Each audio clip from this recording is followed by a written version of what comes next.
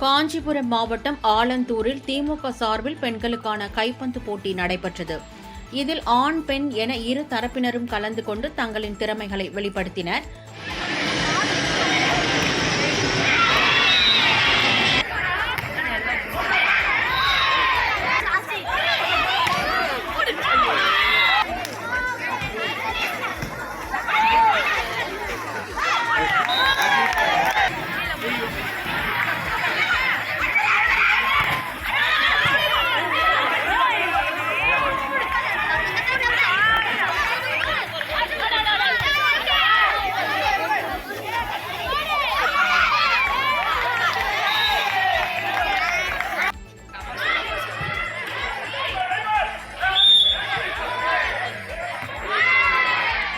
போட்டியில் வெற்றி பெற்றவருக்கு முதல் பரிசாக 20,000 ரூபாய் ரொக்கப்பணத்தை அமைச்சர் தாமோ அன்பரசன் வழங்கினார்.